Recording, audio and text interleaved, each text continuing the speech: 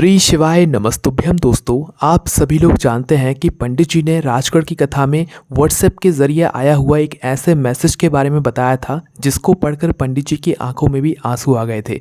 तो वो कौन सा मैसेज है, उस मैसेज में क्या लिखा हुआ था, उस मैसेज का आप लोग भी बहुत बेसब्री से इंतज़ार कर रहे होगे कि आखिर वो 1200 रुपये वाला मैसेज कौन सा है जो कि कुबरेश्वर धाम की कांवड़ यात्रा में हुआ था, जिसका मैसेज पंडित जी के पास तक राजगढ़ की कथा में आया हुआ था। तो दोस्तों, हम आपको वो वाकया अच्छे से समझाते हैं कि आखिर हुआ क्या था। दोस्तों, आप सभी लोग जानते हैं कि सावन और अधिक मास के वापस से मिलन पर पंडित जी ने सीहोर में कांवड़ यात्रा रखी थी 10 किलोमीटर लंबी, जिसमें बहुत दूर दूर से जो है भक्तगण पहुंचे हुए थे और लाखों की संख्या में वहां पर भक्तगण पहुंचे हुए थे। ठीक है, जिसमें से एक थी यहाँ पर परमिला साहू जी, जो कि बिलासपुर से आई हुई थी। इनके साथ एक ऐसी चीज़ हुई है कुबरेश्वर धाम में सीहोर में कांवड़ यात्रा में, जिसका मतलब कोई कह नहीं सकता है कि हाँ ऐसा कभी हमारे साथ भी हो सकता है, नहीं हो सकता है। ठीक है, तो क्या हुआ था, आइए वो आपको बताते हैं। तो दोस्तों, परमिला साहू भी सभी लोगों की तरह सीहोर कांवड़ यात्रा में पहुंची थी, जिन्होंने सीवन नदी से जो है जल भरा था, 2 लोटा जल, कितना 2 लोटा जल भरा था और कांवड़ लेकर निकली थी 10 किलोमीटर लंबी। कहाँ तक? सीहोर कुबरेश्वर धाम तक, है ना। इनके मन में बहुत अच्छी एक भाव था कि आज हम सीहोर आए हैं, कुबरेश्वर धाम आए हैं, कांवड़ लेकर आए हैं। तो इन्होंने जो है कांवड़ उठाई और कांवड़ लेकर चल धरी और ये पहुंच गई सीधा कुबरेश्वर धाम सीहोर। कुबरेश्वर धाम सीहोर आकर वहाँ पर जब सभी लोग जल चढ़ा रहे थे, तो वहाँ पर जो कार्यकर्ता थे उनके हाथों में इन्होंने अपने 2 लोटे दे दिए और उन कार्यकर्ताओं ने क्या किया, कंकड़ शंकर पर जल समर्पित कर दिया। ठीक है, अब सबसे बड़ी चीज़ उसके बाद से ही शुरू होती है। जब उन कार्यकर्ताओं ने दोनों लोटे जल को लेकर उन कंकड़ शंकर पर समर्पित कर दिया, उसके बाद इनको दोनों लोटे वापस कर दिए। अब होता क्या है कि यहाँ पर इनको आई बहुत बड़ी गुस्सा इसीलिए आई क्योंकि पंडित जी ने बोला था कि जब आप कांवड़ लेकर आओ और कांवड़ का जल चढ़ाओ तो जल को बचा कर लाना और अपने घर में लाकर परिंदे के पास एक कटोरी में रख देना, है ना। इन्होंने पंडित जी के मुँह से ये बात सुनी हुई थी, तो इनको चाहिए था कि इनके मतलब उस लोटे में थोड़ा सा जल भी बचा रहे, है ना। पर ऐसा नहीं हुआ, पूरा जल तो वहाँ पर समर्पित हो गया और 10 किलोमीटर दूर से जो है ये पैदल चलकर आई हुई थी कुबरेश्वर धाम में। तो भाई यहाँ पर इनको आई बहुत सारी गुस्सा। इन्होंने उसी वक्त सोच लिया कि ये क्या हो गया, मेरे पास तो जल ही नहीं बचा। पंडित जी ने बोला था कि जल बचा कर लाना और अपने घर के परिंदे में जाकर एक कटोरी में रख देना, और मेरे पास जल भी नहीं बचा है। तो इन्होंने अपने मतलब जो भी इनके साथ सहेली वगैरह आई हुई थी, तो इन्होंने उनसे भी कहा कि देखो मेरा इन्होंने जल ही नहीं बचाया, मैं क्या करूँ, मैं तो बहुत परेशान हो गई, मेरे यहाँ पर 1200 रुपये आने के खर्चा हो गए और ये मेरे पैसे ऐसे ही चले गए। ऐसी ऐसी बातें जो है वो वहाँ पर करने लगी गुस्से में, है ना। उस समय इनको गुस्सा आ रहा था क्योंकि इनके पास जल नहीं बचा था, इतनी दूर से एक कांवड़ लेकर आई और इतने दूर से बिलासपुर से आई, है ना। तो उसके बाद क्या होता है वो अब आप लोग सुनिए। तो उसके बाद ये गुस्से में दोनों लोटों को वहीं पर छोड़कर, सीहोर में ही छोड़कर आ जाती हैं सीधा रेलवे स्टेशन। इनका रिजर्वेशन वगैरह था, जो भी ट्रेन थी वहाँ पर, है ना। अब ये आ जाती हैं अपनी ट्रेन के अंदर। अब जब इनकी ट्रेन निकलने वाली थी, उससे पहले क्या होता है कि एक व्यक्ति आता है और वो व्यक्ति अपने हाथ में एक झोला रखा होता है। उस झोले को मतलब वो व्यक्ति पहले ट्रेन के अंदर चढ़ता है जहाँ पर इनकी सीट थी या जहाँ पर ये बैठी हुई थी, है ना। तो चढ़कर जो है क्या होता है कि वो व्यक्ति अपने हाथ में जो झोला रखा हुआ था उस झोले को इनको पकड़ाता है, जो कि परमिला साहू जी जिनका नाम था, और जो कि गुस्सा होकर आई थी कुबरेश्वर धाम से कि हमारे लिए जल नहीं बचा है और हमारे लिए ऐसे चढ़ा दिया, 1200 रुपये खर्च हो गया, ऐसा बोलते बोलते आई थी। इनको जो है उस व्यक्ति ने झोला पकड़ा दिया और ये बोला कि मेरा बच्चा नीचे रह गया है, तो मैं अभी आ रहा हूँ, आप ये झोले को जब तक पकड़ लो, है ना। वो लड़का जैसा था, ऐसा पंडित जी ने बताया हुआ था। तो वो इनको झोला पकड़ा कर उतर गया ट्रेन से, और मतलब जो भी बोल के गया था कि वो बच्चे को चढ़ा रहा है कुछ भी, तो वो उतर गया, है ना। उसके बाद कुछ ही समय में ट्रेन चल पड़ी। अब ट्रेन चल पड़ी तो वो व्यक्ति ऊपर वापस आया ही नहीं। वो झोला पकड़ाकर चला गया तो चला गया, वो वापस आया ही नहीं। ट्रेन चल पड़ी। अब ट्रेन चल पड़ी तो इनको और टेंशन कि भाई ये झोला किसका है, किसकी ज़रूरत की मतलब चीज़ें वगैरह होंगी, तो ये यहाँ पर छोड़ गया। तो ट्रेन चल पड़ी, है ना। अब ट्रेन चल पड़ी तो ये रास्ते में थोड़ा बहुत इसके बारे में सोचती रहीं कि 1200 रुपये चले गए। सहेली सी पे बात करते आएँ कि 1200 रुपये चले गए, जल ही नहीं बचाया, हम क्या करें, टेंशन हो रही है ना।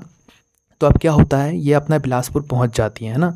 बिलासपुर पहुंचती हैं, बिलासपुर रेलवे स्टेशन से उतरकर सीधा अपने घर पहुंचती हैं।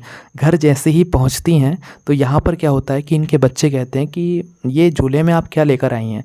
तो इनकी मम्मी फिर कहती हैं, मतलब जो परमिला साहू जी हैं, वो कहती हैं कि एक मतलब लड़का सा आया था जो कि झोला मुझे पकड़ा कर चला गया है, तो देख लो इसके अंदर क्या है, कोई कॉन्टैक्ट नंबर वगैरह कुछ होगा तो उनको फ़ोन करके उनका सामान वापस लौटा देंगे।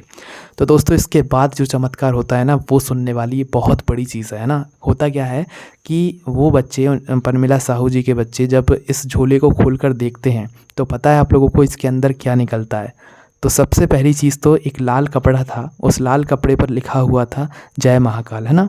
उस लाल कपड़े पर जय महाकाल लिखा हुआ था। उसके बाद में उसी झोले के अंदर 1200 रुपये रखे हुए थे। जो 1200 रुपये इनके खर्च हुए ना जाने में, जिसके लिए कावड़ का जल भी नहीं बचा इनके पास, वो 1200 रुपये रखे हुए थे। उसके बाद में लोटे में जल भी रखा हुआ था। अब आप खुद सोचिए, जिस लोटे जल के लिए गुस्सा होकर आई थी उस झोले के अंदर थोड़ा सा जल भी रखा हुआ था लोटे के अंदर, है ना। वो बिल्कुल अच्छे से सुरक्षित रखा हुआ था। उसके बाद में दोस्तों एक पर्ची जैसी एक कुछ मतलब अलग से लिखा हुआ रखा हुआ था। उसमें कुछ शब्द लिखे हुए थे। पता है उसमें क्या शब्द लिखे हुए थे? वो सुनकर आपकी भी आंखों में आंसू आ जाएंगे। तू मुझसे रूठ कर क्यों जा रही है, वापस ज़रूर आना। अब ये शब्द थे भगवान शिव जी के कहीं ना कहीं, है ना। ऐसा लिखा हुआ था, तू मुझसे रूठ कर क्यों जा रही है, वापस जल्द ही आना, है ना।